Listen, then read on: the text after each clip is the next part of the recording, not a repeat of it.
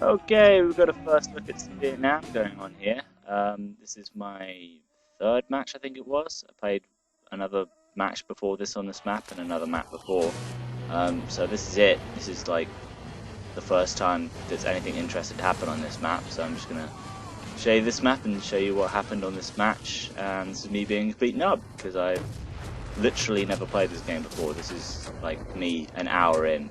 If that, I mean, the first two matches were just, hey, what's going on? One of those people over there, the crate's armed, it's dead, I'm spawning, what's going on? And it's over. So, I have no idea what's going on, I've just got a tank, and I put the flamethrower on it. How could I not put the flamethrower on it? Obviously the main gun is pretty useful to nail some suckers here. But I am going to be using the flamethrower on this, just now at least, because I haven't used a flamethrower before. And the whole point of playing a new game is to try out new stuff. So I've turned it into a Nod flame tank, and I'm gonna see what I can do about assisting a destruction on this crate coming up here.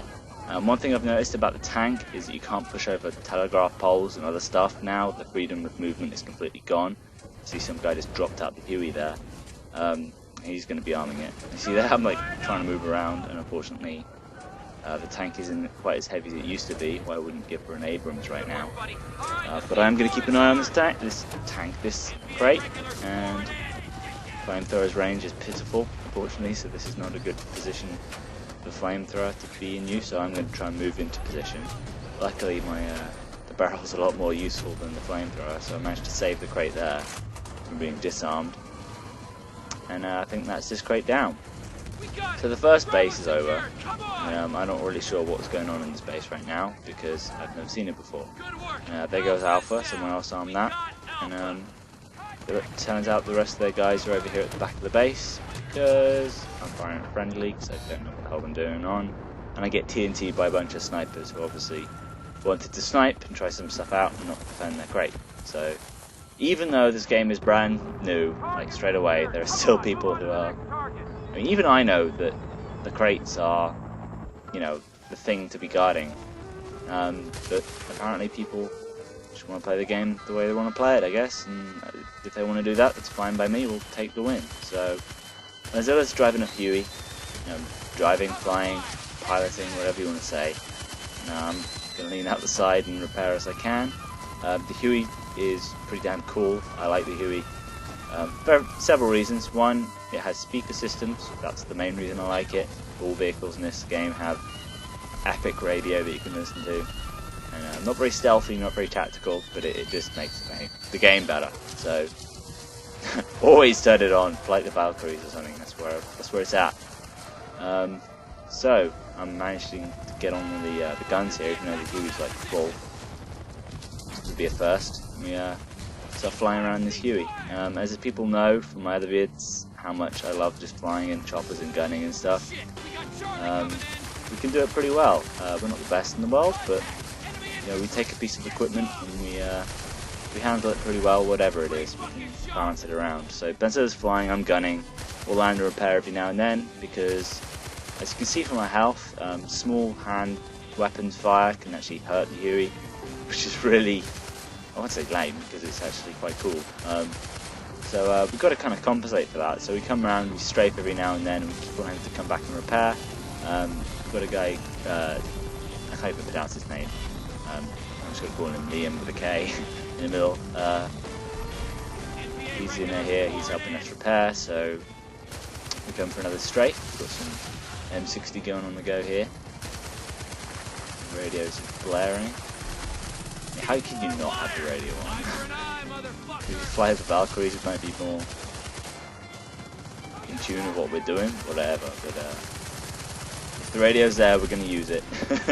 We don't care if it's realistic military simulator. We're going to put on some tunes. So even if they die, they're going to get to listen to some nice tunes. Just do some circling. And, one thing the Huey does do for the team is that it makes people look up and fire at you, and when people are looking up and firing at you, they generally get shot in the face by people running up to them, so you're a good attention dragger. As you see, we're quickly bounce back down to the ground, prepare, and we're right back in there. And that's kind of how we at least use the Huey. I mean, we're no expert. This is the very first time me and Bazella used this Huey. He's like, oh, I got the Huey, let's drive it. And this is the match that it was, so I think we didn't do too bad for our very first time in the Huey. Obviously the experience of flying other helicopters and the other bad companies and other battlefields helped big time, but I think we did pretty good. Yeah, the M60 is racking up a few kills. So the trick is just to see who's firing at you and just try and kill them first. Even though the Huey's really light armoured and it does go down really quick, unless the whole team's firing at you, you can win the firefight, because obviously 100% armour is going to be much more tougher than whatever armour they're carrying on their bodies, so you've got to shoot them first with the M60. Plus the rockets on the Huey is helping a lot. We've got third squad mate in here. Usually he's not really necessary, but I really can't blame him, because we're his only squad mates he's got, and if he's not in the Huey, he's by himself, so I really don't blame him for that. He's kind of stuck in the rock and a hard place. He's making us repair with it, so give it some more strength. Always keep an eye on the crates. As you say, we did one strafe, got one kill, now we're back down already. Because we've got two people repairing, we're like right back in there straight away. Just keeping this Huey in the game. Keeping them occupied, and it seems to be working because the crates are falling, I think. Make sure you spot always. I'm not quite sure how it'll work out on hardcore mode, but hardcore mode, as you know, is not really something I do too often. It's fun, but it's not like balanced, I'd say. So we're now that crate's armed, time to start back spotting over there. And I see how many blue dots are just like looking at that crate.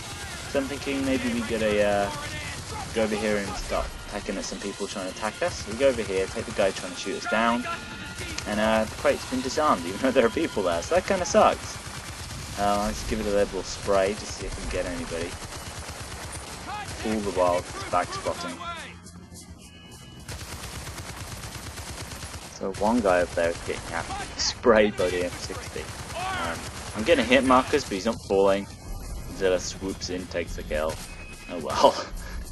Dead guy's a dead guy. That crate's finally armed. Do we get on it here or do we repair? We're at 57, so it's dicey. When you get down low like that, like under 60, it should be kind of time to repair, because once you get under 60, then you're in danger of going down in a matter of seconds. You see it just clips down there, we're going down to under 40, so now we've really got to get out of here. Zilla does exactly that as the crate goes down. So we're going to repair to full and bounce right back in there at the next crate.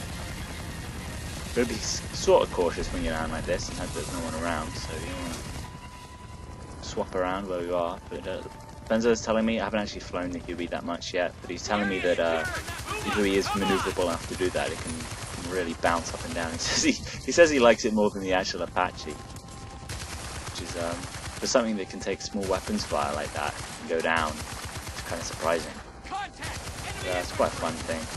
I think our friend there bailed and got owned. I think he got bored of being nothing but a monkey with a blowtorch. I really can't blame him. There's not really a lot to be doing other than just firing RPGs out the side. If you run out of them, you can do pistol them. It doesn't really. Well, there's another gun he could use. I don't know. I mean, this gun seems to be the preferred one. Yeah, I'm not going to criticize. So we're on this. Is this the final base we're on? Yeah, it must be. We've already taken 2 bases instead of 3. Enemy troops moving my way. And the Huey's lining up its shots. And we didn't even notice there was another Huey in the air. I think we just crashed into it there. That's what that little like bump was.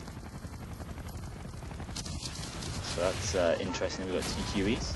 Does look pretty damn epic. Man, if we had flight to the Valkyries on now, that would be the way it is, but it's not. Shit, we got Charlie coming in. Like that coming. We're in business. I really like defending this base. Unfortunately, I didn't really get to. I haven't really got that far yet. I played quite a lot of it yesterday. Got some footage for stuff and all that, but then it's some suckers with the M60. Better. I tend to not to like the period stuff, which is why I never really did 1943 and stuff. I've kind of only got Vietnam because a lot of you requested it, so here it is. Plus I really have a massive dislike of DLC for various reasons, which I won't go into now, but I'm enjoying it so far. The radio is worth it on its own, in my opinion. Get some more squad points. One thing about this is you will get a hell of a lot of points doing this strategy just because of the repairs. Like, I came first, and I think I got like 12 kills overall. Not bad. I wouldn't say that it was the kills that were doing this. It's just every time you see bullets pinging off our hull, that somebody's attention's focused on us and not shooting somebody else, which is kind of the big deal. Why having a Huey in the air most of the time is good. Yeah, I mean, I'm nailing people every now and then, but it's not really that much, really. I'm not in any position to hold an objective or anything, so it's good for us. Keep peppering people. Getting a lot of hit markers and not very many kills. There we go. Shit, we got Charlie coming in. Getting lots of spot assists, that's good. And that's the game. As you see there, I got the achievement. This is proof. That was the very first achievement I got. I hadn't even played all the maps yet. That's not skill, that's just me getting loads of repair points, I think. But yeah, it's Vietnam. Pretty cool maps. Nice Huey gameplay for those who haven't seen it. Or for those who say the Huey's crap, I really like it. And you should try it out with doing some strategy like that of just bouncing down to the ground and repairing. So,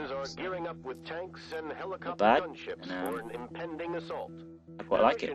I'll be checking out the maps in a bit more thorough detail when I've got it all down and I'm a bit less of a nub.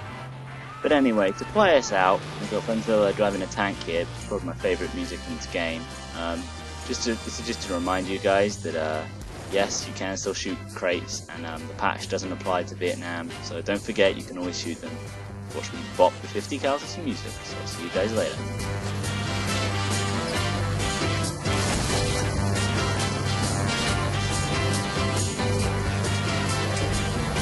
Attack that position! Take it out!